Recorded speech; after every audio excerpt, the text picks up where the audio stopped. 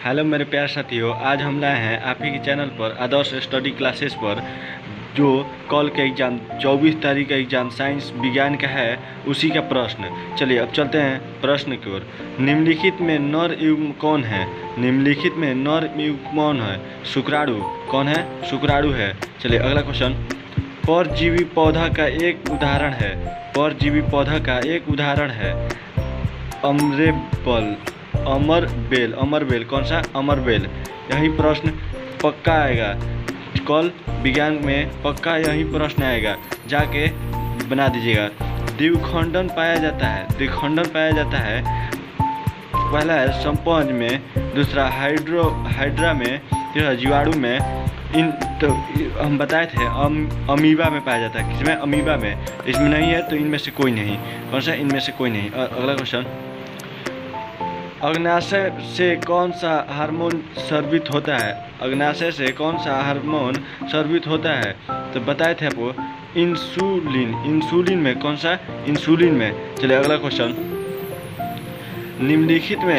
निम्नलिखित में से कौन रक्त का थक्का जमने के लिए उत्तरदायी है? तो इनमें से कोई नहीं। इनमें से कोई, क्योंकि विटामिन के थक्का जमने का उत्तरदायी होता है। चलिए अगला क्वेश्चन। सजीव जीवधारियों द्वारा किस प्रकार की नाइट्रोजनी पदार्थ का उत्सर्जन होता है? तो इनमें से कोई नहीं। इनमें से कोई नहीं। चलिए अगला क्वेश्चन। किशोर अवस्था में होने वाले शारीरिक परिवर्तन का कारण ए और सी डी क्वेश्चन होगा। D option. चलिए अगला क्वेश्चन। शरीर का संतुलन बनाए रखता है। शरीर का संतुलन बनाए रखता है कौन सा? सेरिब्रेम। चलिए अगला क्वेश्चन। खेड़िया का रासायनिक सूत्र MgHC3 है। चलिए अगला क्वेश्चन। निम्नलिखित में से कौन सी धातु सर्वाधिक तन्य है? सोना। कौन सा? सोना। अगला क्वेश्चन। पेंटेन चीज का अणु सूत्र C5H2 है के कितने संरचनात्मक समयावधि संभव है? 3। कितने? 3। चलिए अगला क्वेश्चन। अभिक्रियाशील समूह CO को कहते हैं। यह क्वेश्चन आप कमेंट बॉक्स में ज़रूर बताइएगा, एक बार ध्यान से देख लीजिए। चलिए अगला क्वेश्चन। कोई धातु ऑक्सीजन के साथ अभिक्रिया कर उच्च गलनांक वाला यौगिक बनाता है। यह यौगिक जल में विलय है। वह तत्व निम्नलिखित तत्वों में कौन हो सकता है? कैल्शियम। कौन सा? कैल्शियम। चलिए अगला क्वेश्चन। मालाचाइट किस धातु का आयस्क है? कॉपर। किस धातु का? कॉपर। चलिए अगला क्वेश्चन। लोहे पर जिंक परत लेपित करने की क्रिया को कहते हैं गैल्वेनिकरण। कौन सा? गैल्वेनिकरण। चलिए अगला क्वेश्चन। सिरका में निम्न में कौन सा अम्ल पाया जाता है? एसिटिक। कौन सा? एसिटिक।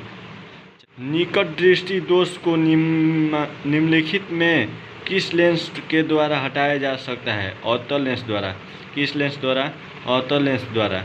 यह बोर्ड में भी जरूर आएगा। VVI। चलिए अगला क्वेश्चन। नेत्र में प्रवेश करने वाली प्रकाश की किरणों का अधिकांश अपवर्तन होता है। इनमें से कोई नहीं। चलिए अगला क्वेश्चन। निम्नलिखित में कौन लेंस की क्षमता का मात्रक है? डायप्टर। कौन सा? डायप्टर। चलिए अगला क्वेश्चन। मानव नेत्र में किस प्रकार का लेंस पाया जाता है? उत्तल लेंस। कौन सा? उत्तल लेंस। चलिए अगला क्वेश्चन। हजामत के लिए किस दर्पण का उपयोग किया जाता है? अवतल लेंस। अवतल दर्पण। यह भी बोर्ड में जरूर आएगा। VVI वेरी इंपॉर्टेंट क्वेश्चन है, आप इसे ध्यान दीजिएगा। चलिए अगला क्वेश्चन।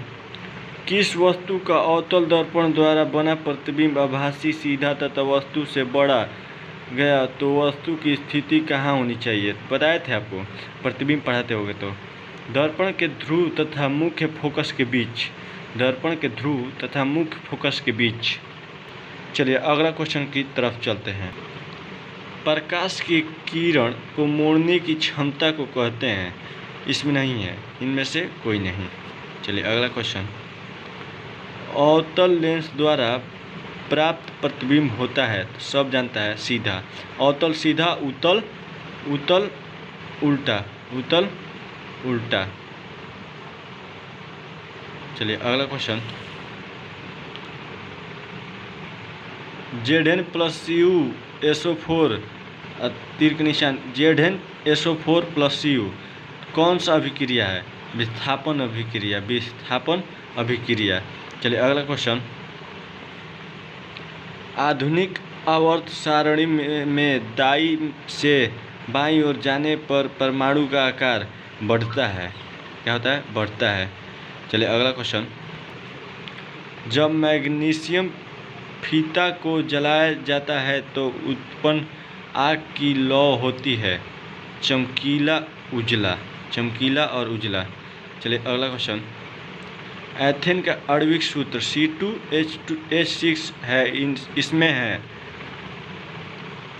6 संयोजन बंधन है। क्या है? 6 संयोजन बंधन है, यहाँ पर बनाया है, देख लीजिएगा। शल्य चिकित्सा में टूटी हड्डियों को जोड़ने के लिए प्रयुक्त होने वाली रासायनिक पदार्थ है plaster of Paris, plaster of Paris. चलिए अगला क्वेश्चन और लास्ट क्वेश्चन, निम्नलिखित में कौन सा योजक यौगिक है? तो CH4। चलिए यह क्वेश्चन अंतिम था। चलिए अगला वीडियो में देखेंगे सब्जेक्टिव प्रश्न। आपको यह अच्छा लगा होगा तो प्लीज़ सब्सक्राइब कर दीजिएगा और लाइक कर दीजिएगा। ओके, जय हिंद।